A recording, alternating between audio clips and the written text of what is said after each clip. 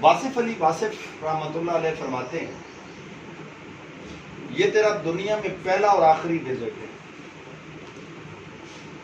یہ تیرا دنیا میں پہلا اور آخری وزٹ ہے۔ اگر تیرے آنے سے دنیا کو کوئی فرق پڑا تو تیرے جانے سے دنیا کو ضرور فرق پڑے گا، اور اگر تیرے آنے سے دنیا کو کوئی فرق نہیں پڑا تیرے جانے سے بھی دنیا کو کوئی فرق نہیں پڑے گا۔ یہ بات ٹھیک ہے غلط؟ جو لوگ آئے اور انہوں نے کچھ ایسا کیا کہ اس سے لوگوں کو فائدہ ہوا، تو پھر کیا ہوا کہ وہ چلے بھی گئے تو ان کے جانے پہ بھی دنیا کو بہت زیادہ فرق پڑا۔ کچھ لوگ ایسے ہوتے ہیں کہ وہ جہاں ہوتے ہیں وہاں فرق پڑ رہا ہوتا ہے، جہاں سے چلے جاتے ہیں وہاں بھی فرق پڑ جاتا ہے، ٹھیک ہے؟ اور اس میں ہمارے پاس بہت سی مثالیں ہیں جس میں تمام انبیاء علیہم السلام ان کے آنے سے بھی دنیا کو فرق پڑا اور ان کے جانے سے بھی دنیا کو، اور آپ کو بھی فرق پڑنا چاہیے، ٹھیک ہے؟ ان کے آنے سے بھی دنیا کو فرق پڑا اور ان کے جانے سے بھی دنیا کو ابھی فرق نہیں پڑا، بولیں ان کے آنے سے دنیا کو فرق پڑا اور ان کے جانے سے بھی دنیا کو فرق پڑا ہے۔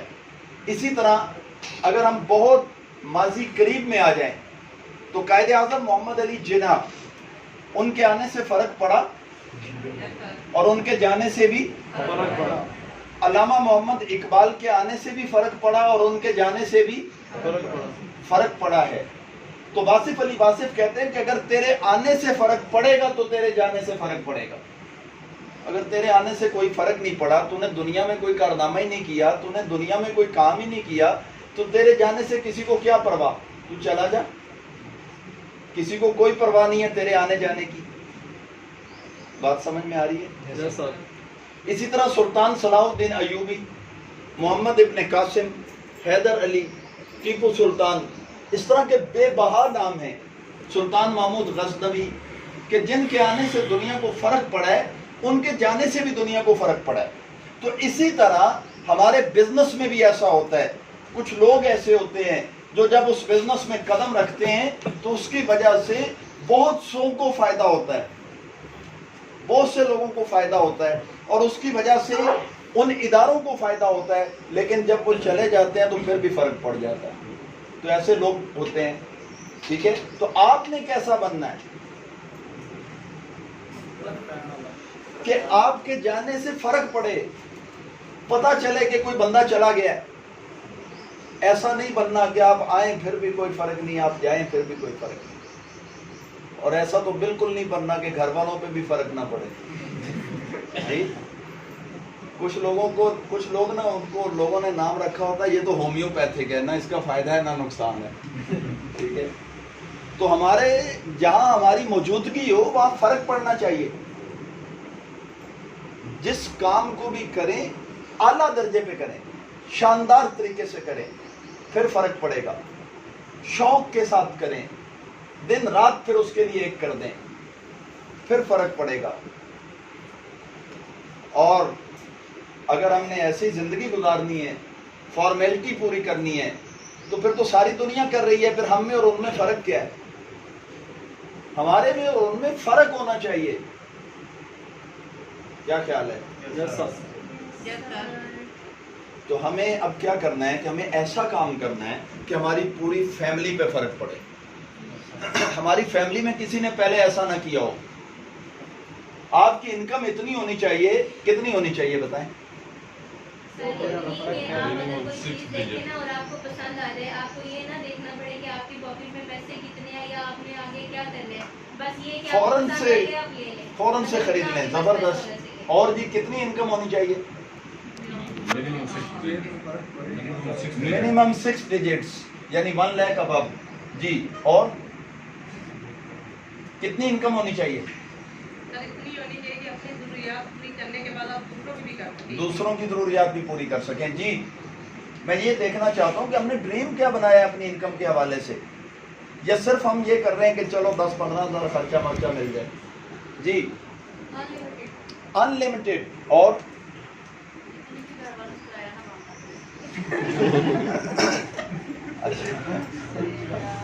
گھر والوں سے کرایہ نہ مانگنا پڑے. اور جی کتنی انکم ہونی چاہیے؟ بہت بڑا خاص. کتنی انکم ہونی چاہیے جس میں زیادہ پارٹیز جی؟ نیند پوری کر سکیں، ڈریم پورے ہو سکیں. تو میں آپ سے یہ کہنا چاہ رہا ہوں کہ ہماری انکم اتنی ہونی چاہیے جتنی ہماری پوری فیملی میں کسی کی نہ ہو. ان سب سے اوپر ہونا چاہیے، پورے محلے میں سب سے اوپر ہونا چاہیے. الحمدللہ میں نے یہ ڈریم بنایا تھا کہ پوری فیملی میں میری انکم سب سے زیادہ ہونی چاہیے، اور الحمدللہ اب ہے.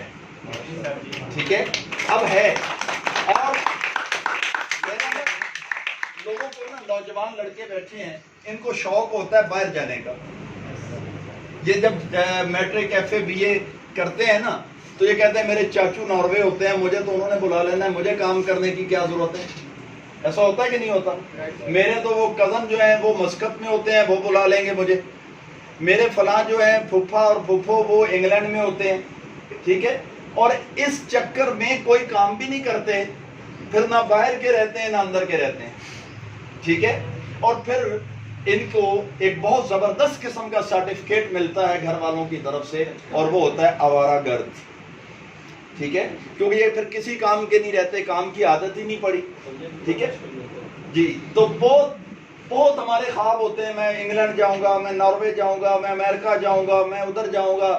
یہاں تک کہ ہم کنٹینروں میں چھپ کے آؤٹ آف کنٹری جاتے ہیں. ہم وہ سمندر پار کر کے، 7 سمندر پار، پھر اس پہ گانے بھی بنے.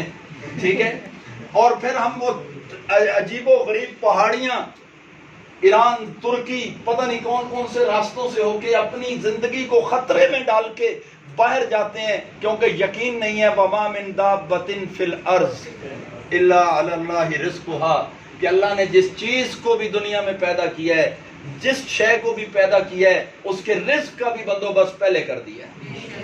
مولوی صاحب 12ویں پارے کی پہلی آیت ہے، اللہ نے اس کے رزق کا بندوبست کر دیا. ہمیں یقین نہیں ہے. حضور پاک صلی اللہ علیہ وسلم مدینہ میں موجود ہیں، ایک قافلہ آیا ہے، یا غالباً مکہ کا واقعہ ہے. مکہ میں موجود ہیں، ایک قافلہ آیا ہے.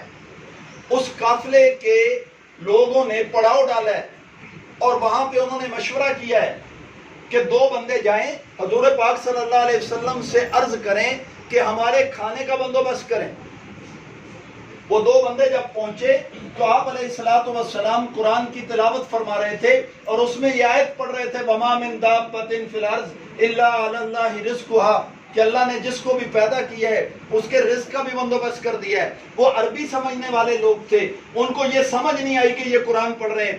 وہ سمجھے کہ ہمارے آنے کا مقصد سمجھ گئے ہیں، کیونکہ ہم رزق کے لیے آئے تھے، کھانے کے لیے آئے تھے. تو انہوں نے ہمیں آگے سے جواب دیا ہے کہ اللہ نے رزق کا انتظام کر دیا ہے. تو یقین کے ساتھ واپس چلے گئے، کچھ کہے بغیر یقین کے ساتھ واپس چلے گئے، اور قافلے والوں سے کہا جی کھانا آ رہا ہے، اللہ نے رزق کا انتظام کر دیا ہے. وہ سارے بیٹھے رہے، اور رات کو انہوں نے اتنا اچھا کھانا کھایا، پورے قافلے کو کھانا ملا، اور سب نے پیٹ بھر کے کھایا.